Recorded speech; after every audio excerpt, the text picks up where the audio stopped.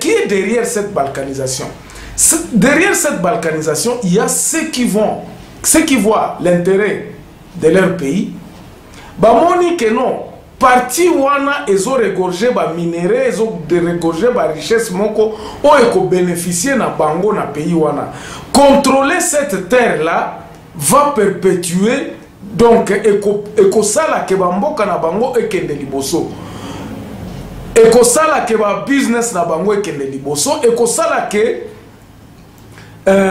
bamboka na bango. Donc ils ont vraiment tout intérêt à ce que cette situation là demeure pour que bamboka na bango et continue à vivre na ndenge bien. Vous allez voir dans ce pays là il y a la paix, développement zali, bazo s'organiser bien, bakam na bango nyo surtout ezali wana, ezo kende bien. Donc c'est parmi nos voisins, nous ne pouvons pas nous voiler la face.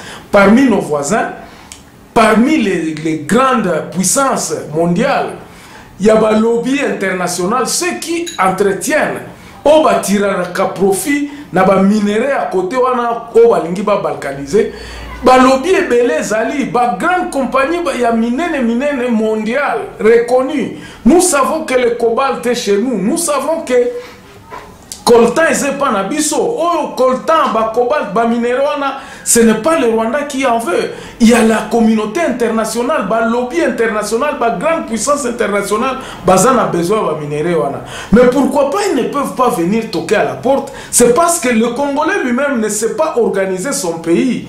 Ça, on ne peut pas leur donner tort.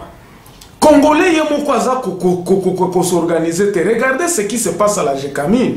Donc, et comment azana moi kop nae. Ici même où nous sommes, Okoyo quand même au sein de nous Congolais, Tozoluka ba investisseur, Ozoluka ba investisseur yo Congolais, Oluka investisseur, Okenenae wapi. C'est cet esprit-là. Oh non, tout ça l'association, oh ceux qui t'ont vu investisseurs, n'a biso tokenene na Congo. Et c'est cet esprit-là qui est ancré dans le Congolais. Alors, communauté internationale, ba pays où ils ont se respecter, ba koya ko toke na porte anani. Okomona soki ozui mutuna yo ozui bandi moko boyo balobi ke baza ba investisseur bake na mibabo komi ko exploiter na bino ba diamant et puis yo peut komi riche yo peut congolais. Tout ça quand tu te poses la question mais tozo kende wapi? Est-ce que c'est nous Congolais oh il y a n'importe qui oh akoki okendo na kendo luka investisseur oh muto baza awa to luka ba investisseur ba kende ko investir na Congo? C'est parce que le Congo a l'État congolais n'est pas organisé. Non, à la tête de notre pays, Toza organisé. Il n'y a pas une porte où les États-Unis peuvent venir à Koloba. Toza n'a besoin à Coltan. République démocratique du Congo, Bino, Bozala, Nakot, est-ce que vous avez la bisou? Parce que on ne sait pas protéger nos minéraux. Biloko ebimakana katanga tobi le kobimandenge nite. Biloko ebimaka côté à nord qui vous toye bakate. Donc ça ne bénéficie jamais à l'État. Ba diamant wana na tuna kibino, na bisa kibino la fois passée que tous ces minéraux là ne bénéficient même pas au fils de ce pays. Au moins le peu de gens cliquent mon ya batu oyo bazana ba c'est soit bazana ba relation na ba militaire bazana ba relation ne bazana ko bénéficier sur 80 millions d'habitants au Congo j'estime hein, sur 80 millions il n'y a même pas 1000 ou 10 000 personnes ya ba congolais oyo baza ko vivre na bazo jouir na nani ya Congo. C'est une caste de gens ba o baza ba politiciens baza ko bénéficier bango moko. Donc vous voyez comment notre pays est désorganisé. Donc les bons investisseurs qui veulent venir investir au Congo ba les kakana na fenêtre et belé ba les kakana fenêtre. Moi j'ai découragé à me dire que non. Quelqu'un vient me dire que non, il faut tout Lukaba investisseur. Oh, Lukaba investisseur comment? Oh, Lukaba investisseur comment? Ils n'ont qu'à aller au Congo, tu peux leur dire que non.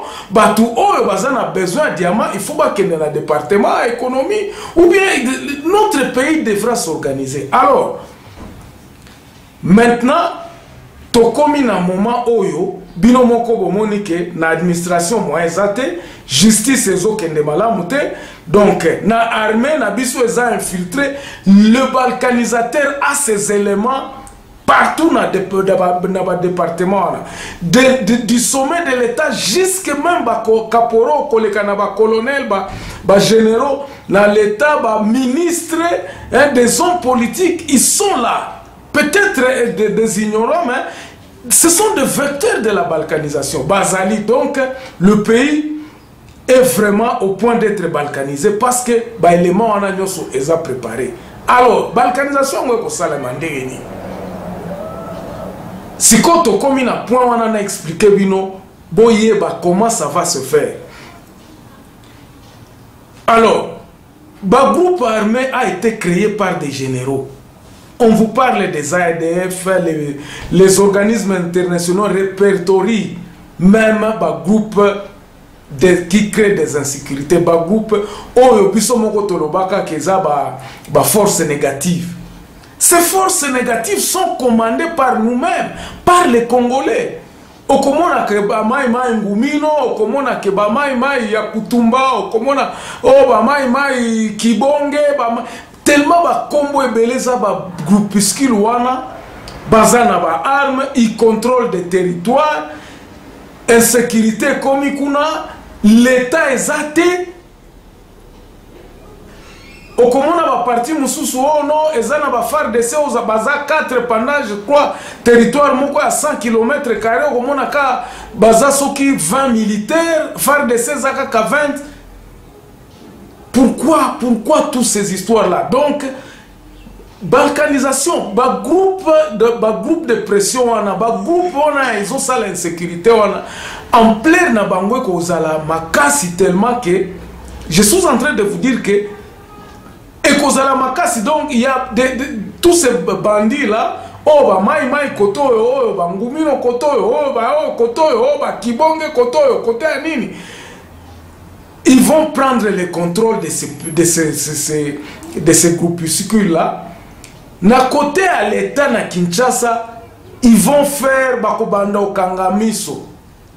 L'État komanda ko tirer profit na ba parti wana te balkanisé. Donc, tobzui à partir ya Ituri, ti oya okoma côté à Fizi.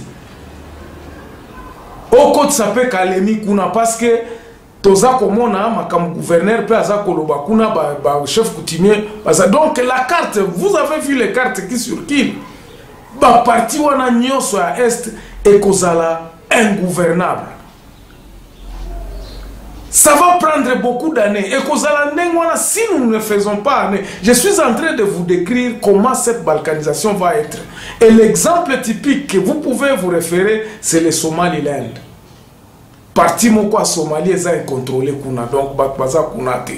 Maintenant cette partie là, il y a Bukavu, tout ça, il y a Goma, ti, oketi, côté à Masisi, kuno matiti na Ituri. L'État n'aura pas d'impact. L'exemple typique où ils ont ça les Managoma. Ce qu'ils ont ça la business na Goma, il faut aller en connivence avec un chef rebelle. Babenga kabango ba Nyaruchuru. Peut-être beaucoup d'entre vous n'ont jamais entendu ce mot-là.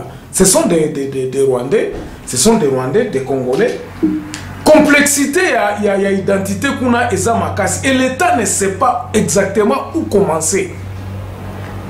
Parce que tous on a pouvoir, mon côté, à décider sur le destin de notre pays.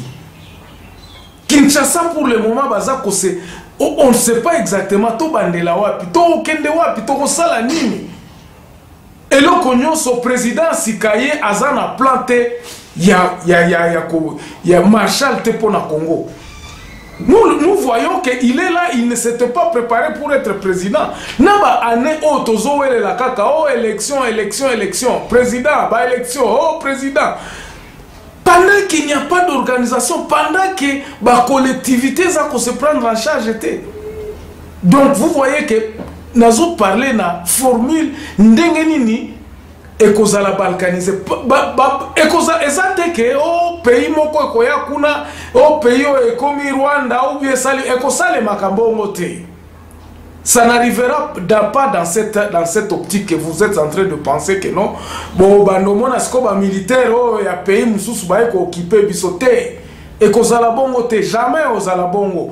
Mais nous allons connaître, nous aurions, je dis que ce qui t'ose eu mesures préventives t'aime les lots. Donc c'est par là où nous arriverons si la situation continue comme elle est présente. Donc, toko comme la situation moko que non, côté kuna et comme ingouvernable, l'État ne prendra pas bénéfice ya parti wana. Et là comment ko sale makana parti wana te. Ba gouverneur ba kobanda kozala kuna il faut zala influent, il faut zala pena ba milice na to ba milice kozala ebele, insécurité kozala intenable. Bino moko bozo yeba ke monseigneur a expliqué ki bino peut très bien lobi ke ba place oyo batu baza ko évacuer batu mususu bazoya kokota et batu mususu na bao bazoya kokota eza ba étranger te comme bozo kanisa keza ba étranger non, ce sont des fils du pays qui travaillent pour ces multinationales bato bazo travailler pour na ba intérêt à ba balkanisateur.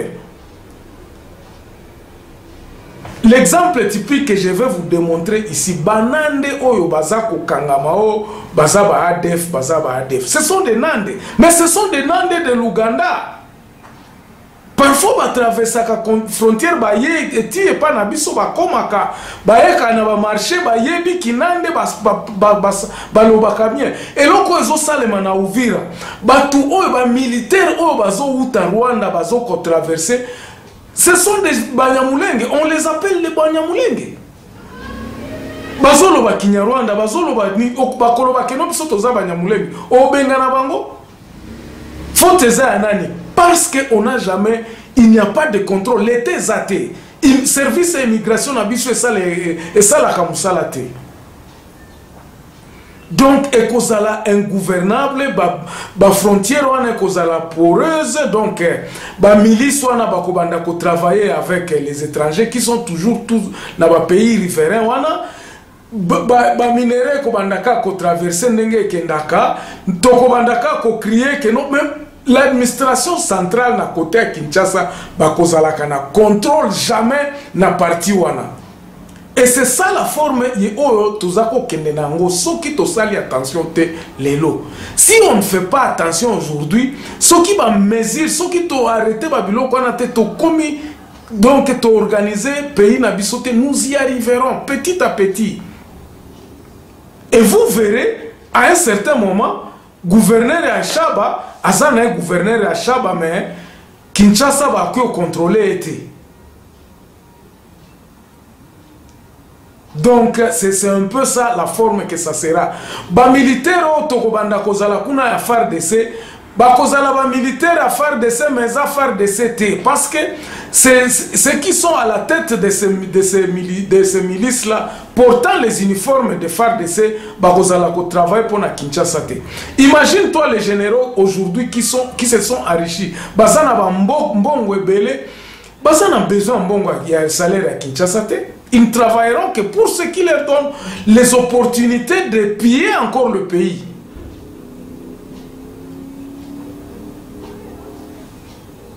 Voilà. Voilà un peu la forme de la balkanisation au Nabandé Koyeb Sabino. Merci beaucoup. On va passer à la deuxième partie où Toban Toko Lobela la gestion en pays. On se revoit dans quelques instants. Au revoir.